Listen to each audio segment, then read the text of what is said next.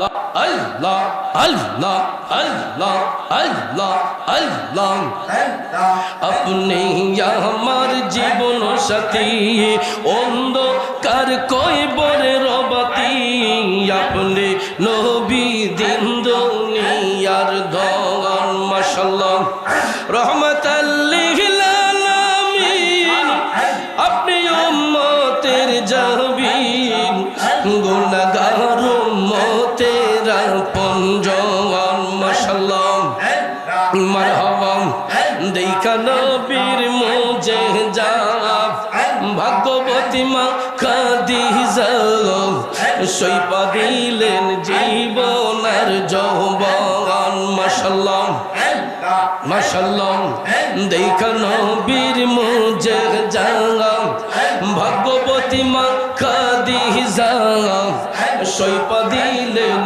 জীবন আর যৌবন মারহাবা মানো দৌলত যাহা ছিল চরণে সব সপিয়া দিল পাইতে নবীজির ইশকের দরশন মাশাআল্লাহ আল্লাহ আল্লাহ আল্লাহ আল্লাহ আল্লাহ আল্লাহর নবী মায়ার নবী গো আপনি নবী জীবনের জীবন মাশাআল্লাহ আল্লাহ আল্লাহ আল্লাহ আল্লাহ আল্লাহ দেখিয়া হযরত বিল্লাল প্রেমেতে হইয়া মাতাল জীবন যৌবন করিল কুরবান মাশাআল্লাহ আল্লাহ আল্লাহ আল্লাহ আল্লাহ আল্লাহ আল্লাহ আল্লাহ আল্লাহ আল্লাহ আল্লাহ আল্লাহ আল্লাহ আল্লাহ দেখিয়া হযরত বিল্লাল প্রেমেতে হইয়া মাতাল জীবন যৌবন করিল কুরবান মাশাআল্লাহ দেখে তাহার প্রেম ভক্তি বিল্লালকে দিল মুক্তি পাইল মাহিয়ার জালাতন আল্লাহর নবী মায়ের নবী গো আপনি নবী জীবনের জীবন মাশাআল্লাহ আল্লাহ আল্লাহ আল্লাহ আল্লাহ আল্লাহ আল্লাহ আল্লাহ যে জন্য বীরাপন হয় কবরে তার নাহি গোবর ক্ষমা পাইবা আশা রইয়া আমার মাশাআল্লাহ যে জন্য বীরাপন হয় কবরে তার নাহি গোবর ক্ষমা পাইবা আশা রইয়া আমার মাশাআল্লাহ ইহকালের পরকালে থাইকে নবী সিয়রে গুনাহগার উম্মতের আপনজন মাশাআল্লাহ মারহাবা আল্লাহর নবী মায়ের নবী গো আপনি নবী জীবনের জীবন মাশাআল্লাহ মাশাআল্লাহ মারহাবা কই যে পাগল মোর একবার বাবলে না রে তোর হইব রে মহরণ মাশাআল্লাহ পুতলা বাজির ভেলকেট পয়রা কাটাইলাম জীবন সেদিন কই রে পাগল মোর একবার বাবলে না রে তোর হইব রে মহরণ মাশাআল্লাহ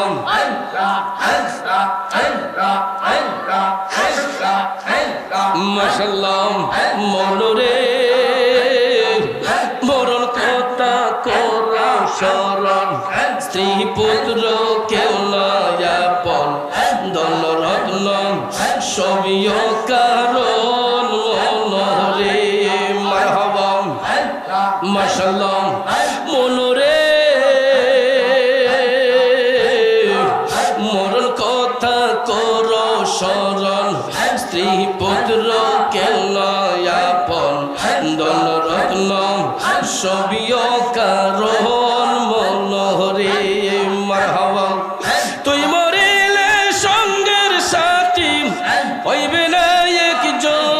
সে জ্ঞান কইরে পাগল মন একবার ভাবলে না রে তোর হইব রে মরণ মাশাআল্লাহ মারহাবা মনরে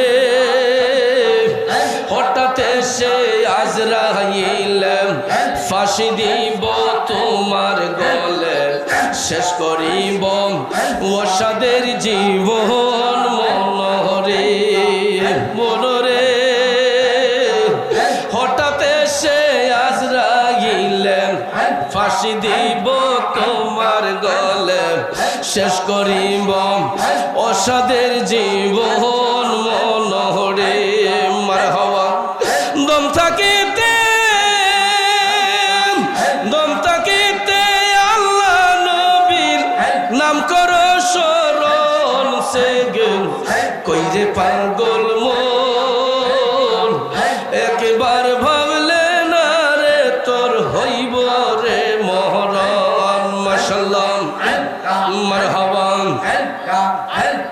আল্লাহ আল্লাহ আল্লাহ আল্লাহ আল্লাহ মুর্শিদ বাহির হইয়া চাহুরে দর যাইবি কারিরে খারা দয়াল বাহির হইয়া চাহুরে দর যাইবি কারিরে খারা পিস দুয়ারে পালায় না সামনে আছি দাঁড়ারে দর যাইবে কারিরে খারা দয়াল বাহির হইয়া চাহুরে দর যাইবে কারিরে খারা মাশাআল্লাহ মারহাবা মাশাআল্লাহ চাই না রে তোর রাজ্য সম্পদ চাই না সংসার গড়া চাই না রে তোর রাজ্য সম্পদ চাই না সংসার গড়া পেটের ফকির নই যে আমি ভিক্ষা নেব থুরারে দর যাইবি কারিরে খারা দয়াল বাহির হইয়া চাহুরে দর যাইবি কারিরে খারা মারহাবা মাশাআল্লাহ রঙ্গ নীলাম রূপ নীলাম দয়া নীলায়া আখি জোড়া রঙ্গ নীলা রূপ নীলা নীলায় আখি জোড়া নয়ন মেলে চায়া দে তোর প্রেম গুনে পুরারে দর যাইবি কারিরে খারা দয়াল বাহির হইয়া চাহুরে দর যাইবি কারিরে খারা মাশাআল্লাহ মারহাবা সংসারে বাম নাইলাই ওরে তোমার দমের ঘোড়া সংসারে বাম নাইলাই ওরে তোমার দমের ঘোড়া পাগল রমি যে সুয়ার পাইলে শুনে দিতাম ওরারে দর যাইবি কারিরে খাড়া মারহাবা দাঁড়াও রূপ দেখি মন পাখি রে সামনে দাঁড়াও রূপ দেখি মাশাআল্লাহ মারহাবা কালাই করুন কালার খেলা আমায় দূরে রাখি প্রেমের বিলাসে আমার ঝরে দুইটা আখিরে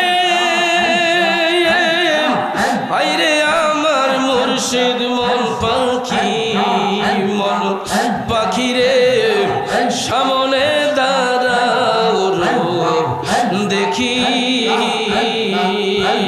মাশাআল্লাহ আল্লাহ আল্লাহ আল্লাহ আল্লাহ আল্লাহ আল্লাহ আল্লাহ আল্লাহ আল্লাহ আল্লাহ আল্লাহ আল্লাহ আল্লাহ আল্লাহ আল্লাহ আল্লাহ আল্লাহ আল্লাহ আমি তোমার করব সেবায় আমার ঘরে হইলে বড় লজ্জা পাইব দয়াল তোমারে না পাইলে বড় লজ্জা পাইব দয়াল তোমারে না পাইলে মাশাআল্লাহ মারহাবা মন মহজেছে তোমার চরণে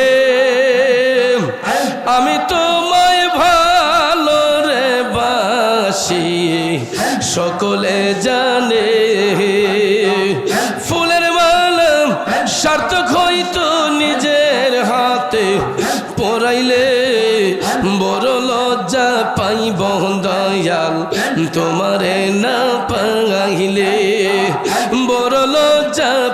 এ বন্ধু এই নিশিরাতে আল্লাহর ওলিরা আমার মৌলার সাথে প্রেমের কালেকশন ফিট করে, ঠিক কিনা বলুন বাজান আমার বন্ধুরা আমার, যার অন্তরে মৌলার জিকির থাকবে, যার স্মরণে মৌলার প্রেম থাকবে, ওই ব্যক্তিগুলা বান্দা থেকে আল্লাহর বন্ধু হইয়া যায়। এই বাংলার জমিনে ইসলাম আবাদ করেছেন আল্লাহর অলিগণ, ভারত উপমহাদেশের মধ্যে ইসলাম আবাদ করেছেন, ইসলাম প্রসারিত করেছেন আল্লাহর অলিগণ। কিতাব আপনারা গুনগুন শব্দ করেন দু নাকি সময় কোনো সমস্যা আছে? গভীর মনোযোগ। ভারতবর্ষে সুলতানুল হিন্দ আতে রসুল খাজা গরিবের আওয়াজ আসার কারণে ৯৯ লক্ষ হিন্দু মুসলমান হয়েছে, ঠিক কিনা কোন? বাংলাদেশের মধ্যে আল্লাহর ওলি সুলতানুল বাংলা হযরতে বাবা শাহজালাল মুজাররদি আমলি রহমাতুল্লাহ আলাইহি আসার কারণে এই বাংলার জমিনে এখন 95% মুসলমান বাস করতেছে। ইসলাম প্রচার প্রসারণের ক্ষেত্রে আল্লাহর ওলিদের অবদান অনস্বীকার্য, কথা বলেন ঠিক কিনা? কারণ যদি আল্লাহর ওলিদের কদম মোবারকের ধুলা না পড়তো তাইলে এই দেশে আমরা ইসলাম প্রসারিত করতে পারতাম না। আতাই রসুল খাজা গরিব নওয়াজের সাথে সাথে উনি যখন এই দেশে আইসা ৯৯ লক্ষ হিন্দু মুসলমান করেছেন, ভাইয়ের আমার বন্ধুর আমার, ভারত তো একটা ছোট শহর নয়, অনেকটা রাজ্য আছে। হারিয়ানা একটা প্রদেশ আছে ভারতের মধ্যে, ওই হারিয়ানা প্রদেশের মধ্যে একজন পানিপথের আল্লাহর ওলি আছেন। ওই পানিপথ শহরে আল্লাহর ওলির মাজার শরীফ এখনো আছে। ওনার নাম হচ্ছে হযরতে বুয়ালি শাহ কলন্দর রহমাতুল্লাহ আলাইহি। জুড়ে জুড়ে কন্যা আল্লাহু আকবার। বন্ধু বুয়ালি শাহ কলন্দর যখন তিনি হারিয়ানা প্রদেশের মধ্যে আসলেন, পুরাটা হারিয়ানা প্রদেশ হিন্দু রাজাদের দখলে ছিল। হিন্দু রাজারা সেখানে নির্যাতন নিপীড়ন করত মুসলিমদের উপরে। আল্লাহর ওলি বুয়ালি শাহ কলন্দর রহমাতুল্লাহ আলাইহি তিনি যখন আল্লাহ আল্লাহ জিকির করতেন, তার জিকিরের কারণে ইশকের ঢেউ শুরু হয়ে যাইত। বন্ধু ওই হারিয়ানা প্রদেশে আল্লাহর ওলি বুয়ালি শাহ কলন্দর প্রতিদিনের ন্যায় যখন জিকির করতেছেন, ওই এলাকার যত তান্ত্রিক আছেন সমস্ত তান্ত্রিকরা তন্ত্র মন্ত্র করিয়া ব্যর্থ হয়ে গেছে। চাইছিল জাদুবিদ্যা দিয়া বুয়ালি শাহ কলন্দরের ইবাদতকে নষ্ট করার জন্য, ওনার রেওয়াজতকে নষ্ট করার জন্য। কিন্তু যার উপর আল্লাহ রাজি থাকেন পৃথিবীর কোনো পরাশক্তি তাকে ধ্বংস করতে পারে? কথা বলেন পারে? বুয়ালি শাহ কলন্দর আল্লাহ আল্লাহ জিকির করতেছেন, তান্ত্রিকরা জাদুবিদ্যা দেখাইয়াও কোনো কাজে আসে নাই। হঠাৎ একদিন ওই এলাকার যত রাজা ছিল সবাই একত্রিত হইয়া বুয়ালি শাহ কলন্দরের কাছে গিয়া বলল, বুয়ালি তুমি যে আল্লাহর ইবাদত করতেছো, তোমার আল্লাহরে তো দেখা যায় না। জোরে কোন নাউজুবিল্লাহ। বুয়ালি তুমি যেই ইবাদত করতেছো এই ইবাদতে তো তোমার মৌলারে তুমি দেখো না, না দেখা যেই খোদারে দেখো, এই খোদার কি কোনো পাওয়ার আছে? জোরে কোন না নাউজুবিল্লাহ। এই খোদার পাওয়ার আছে নিও? পাওয়ারটা আজকে দেখছেন নি? সারা বাংলাদেশ আজকে তোলপাড় হয়ে গেছে। যেই মালিকরে দেখি না, না দেখার পরেও অন্তর দিয়া বিশ্বাস করি আজকের যেই ভূমিকম্পটা হয়েছে বাজান, আপনারা কিছু টের পাইছেননি বাজানো? রাজধানী ঢাকার মধ্যে, রাজধানী ঢাকায় আজকে কি যে হইতো যদি আল্লাহ দয়া না করত। মাঝে মাঝে আমার আল্লাহ আমাদেরকে রেড সিগন্যাল দেয়। কি সিগন্যাল? রেড সিগন্যাল দেয় সতর্ক হওয়ার জন্য। আর এই ভূমিকম্প, সিডর, ঘূর্ণিঝড় এইগুলা কখন আসে জানেন? মানুষ যখন পাপ করতে করতে যখন সীমা অতিরিক্ত করে ফেলে, পাপ করতে করতে যখন সীমা লঙ্ঘন করে ফেলে, তখন আল্লাহ রাব্বুল আলামিন মাঝে মাঝে একটা ধাক্কা দেয় যে বান্দা তোমরা দেখো আমি কি করতে পারি। এই জন্য এটার উৎপত্তি নাকি হয়েছে নরসিংদী থেকে। নরসিংদী থেকে এই ঘূর্ণিঝড়ের আজকের যে ভূমিকম্প, এটার উল্লাসটা হয়েছে নরসিংদী থেকে। তো ভাইয়ের আমার, যে কোনো জায়গা থেকে, এখান থেকে তো হতে পারতো, ঠিক না ঠিক? এখান থেকে হতে পারতো। আল্লাহ তাআলা মাঝে মধ্যে বান্দাদেরকে সতর্কবাণী দেয়, রেড সিগন্যাল দেয়, যাতে আমরা সীমা লঙ্ঘন না করি, অতিরিক্ত ওভার এক্সেস না করি। আর আমি মনে করি যেই রকম ভাবে এই দেশে জুলুম নির্যাতন, আল্লাহর ওলিদের মাজার শরীফে হামলা ভাঙচুর চলছে, আমার আল্লাহ এটা ছাড়া কোনো উপায় খুঁজে হয়তো আমার আল্লাহর কাছে ছিল না যে আমার বান্দাগুলারে আমি এই ধাক্কা দিয়ে একটু বুঝাইয়ে দেই যে আমি আল্লাহ কি করতে পারি। ঠিক না ঠিক? যে আমি আল্লাহ কি করতে পারি। তোমরা যে আমার বন্ধুদেরকে এত কষ্ট দিচ্ছ, মানুষকে এত কষ্ট দিচ্ছ, এই জন্য হয়তোবা আল্লাহ এই আযাব দিয়ে আমাদেরকে শিক্ষা দিয়েছেন, সতর্ক দিয়েছেন। এরপরও যদি আমরা সতর্ক না হই, আমাদের মতো হতভাগ্য পুরা কবলার কে আছে? কথা কোন, ঠিক না ঠিক? এই জন্য কবি বলছেন, তুমি রাখো কি বা মাহারো এই দয়া করো, থাকিতে যেন তোমায় না ভুলি। তুমি রাখো কি বা মাহারো এই দয়া করো, থাকিতে যেন তোমায় না ভুলি। বাজান, হরিয়ানা প্রদেশের আল্লাহর ওলি, পানিপথের আল্লাহর ওলি বোয়ালি শাহ কলন্দর, তিনি আল্লাহ আল্লাহ জিকির করাতে ওই এলাকার রাজারা কয়, বোয়ালি তুমি যেই খোদার ইবাদত করো, তোমার খোদার তো দেখা যায় না। বোয়ালি শাহ কলন্দর বলতেছে, না দেখলেও আমার খোদার পাওয়ার সহ্য করার মতো না, না দেখলেও আমার খোদার পাওয়ার অনেক অনেক বেশি। হিন্দু রাজারা ডাক দিয়ে বলতেছে, বোয়ালি তাইলে আজকে আমরা দেখব আমাদের তান্ত্রিকরা যারা মূর্তির পূজায় বিশ্বাসী, তান্ত্রিকদের পাওয়ার বেশি, তান্ত্রিকরাও অগ্নি হাতে রাখবে, আমরা আগুনের পূজা করি, দেবদেবীর পূজা করি, আমরা আমাদের দেবতার সামনে জ্বলন্ত আগুন হাতে রাখব। যদি আগুন আমাদেরকে দগ্ধ করে, তাইলে মনে করব আমাদের খোদার কোনো পাওয়ার নাই। আর তোমাকে আমরা এমন একটা জিনিস দেব, যদি এটা করে দেখাতে পারো, তাইলে আমরা মনে করব তোমার আল্লাহ সত্য। বোয়ালি শাহ কলন্দর বললেন কি? তখন ইন্দু রাজারা কয় যে আমরা জ্বলন্ত আগুন হাতে রাখবো, যদি আগুন আমাদের হাত পোড়াইয়া দেয়, তাইলে মনে করব যে আমাদের দেবতার কোনো পাওয়ার। আর আমরা, তুমি যেই নামাজের মশলায় দাঁড়াইয়া আল্লাহরে সেজদা করো, তোমার আল্লাহ যদি সত্যি তোমাকে গ্রহণ করে থাকে, তাহলে এই নামাজের মশলা আমরা পানিতে ছেড়ে দেব। পানির উপর ভাসার পরে তুমি যদি পানির উপর দিয়া হাইটা গিয়া তোমার আল্লাহরে পানির উপরে দাঁড়াইয়া সিজদা করে দেখাতে পারো, তাইলে বুঝবো যে তোমার খোদাই সত্য। বোয়ালি শাহ কলন্দর টপ টপ করে চোখের পানি ছাইরা কান্না শুরু করলেন, মৌলাজি তোমার রহিম নামটি থাকিতে আমি পাপী ডুহিবা যাইতাম নি, করিম রহিম নামটি তোমার আল্লাহ কাদির গুনি আমি পাপী ডহিবা যাইতাম নি। বুয়ালিশা টপ টপ করে কান্দে, আল্লাহ গো আমি বুয়ালি, তুমি মৌলারে না দেখো, আমি বিশ্বাস করি তুমি আমার গড, তুমি আমার রব। আল্লাহ আমি কেমনে গ্যারান্টি দেই গো মালিক, যদি তুমি আমারে গোলাম বলে স্বীকার না করো। অনেকক্ষণ চিন্তা ভাবনা করে বুয়ালিশা কলন্দর কয়ে, যাক আমি যদি ডুবে যাই কলঙ্ক মালিকের নামে হবে, আমি যদি ডুবে যাই কলঙ্ক মালিকের নামে হবে। এই চিন্তা করে বুয়ালিশা কলন্দর কয়, ঠিক আছে ঠিক আছে, তোমরা নামাজের মুসল্লা পানিতে বাসাইয়া দিও।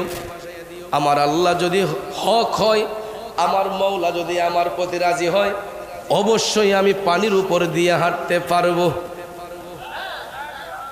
এ বন্ধু, এবার বুয়ালিশা কলন্দর টপ টপ করে চোখের পানি ছেড়ে কান্দে।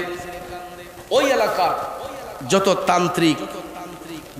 তান্ত্রিক সমস্ত তান্ত্রিকরা এরা একত্রিত হইয়া এরা জাদুবিদ্যা করতেছে। নাউজুবিল্লাহ কোন কুফুরি কালাম দিয়ে কি খাস কালামকে ধ্বংস করা যাবে? তো কুফুরি কালাম দিয়া ওই তান্ত্রিকরা চেষ্টা করতেছে বুয়ালিশা কলন্দরকে ডুবাইয়া দেওয়ার জন্য। বুয়ালিশা কলন্দরের নামাজের মুসল্লা এরা ছুঁড়ে মারলো পানির মধ্যে ছুঁড়ে মারার পরে কয়, যাও বুয়ালি, এবার পানির উপর দিয়ে হাইটা তুমি তোমার আল্লাহরে গিয়া সেজদা করে দেখাও। বুয়ালিশা কলন্দর 3 বার তিনি আল্লাহু আকবার আল্লাহু আকবার আল্লাহু আকবার আল্লাহু আকবারের ধ্বনি দিয়া বুয়ালিশা কলন্দর হাঁটতে শুরু করলেন পানির রাস্তা দিয়া। সত্যি সত্যি দেখা যায় পানির উপর দিয়া বুয়ালিশা কলন্দর হাইটা গিয়া নামাজের মুসল্লার মধ্যে দাঁড়াইয়া গেছে। আমার আল্লাহ বুয়ালিশা কলন্দরের বডিটারে হয়তো তোলার মতো পাতলা বানাইয়া দিছে। বুয়ালিশা কলন্দর পানির উপর দিয়া হাইটা গিয়া নামাজের মুসল্লায় দাঁড়াইয়া আল্লাহু আকবার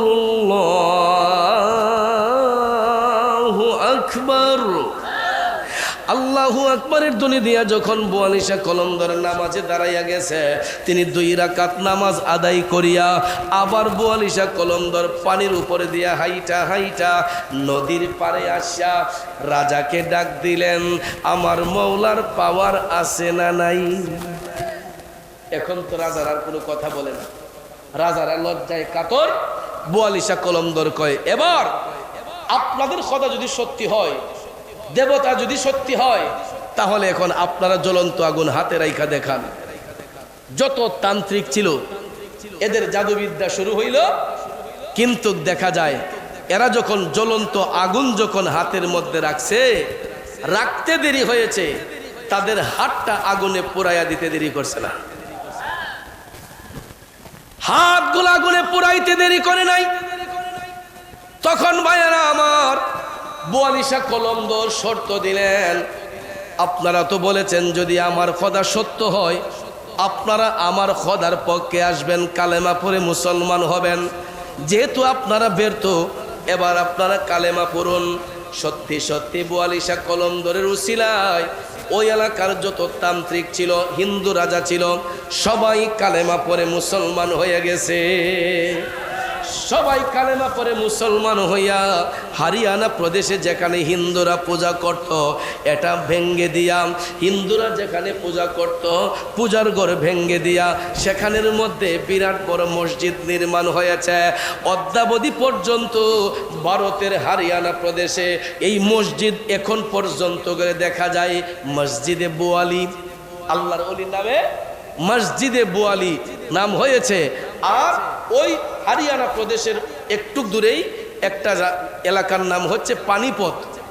কলন্দর শহরের পাশে নদীর পারে এটাকে বলা হয় পানিপথ। আল্লাহর অলির মাজারকে কেন্দ্র করে এই পানিপথে একটা শহর হয়ে গেছে, একটা এলাকা হয়ে গেছে।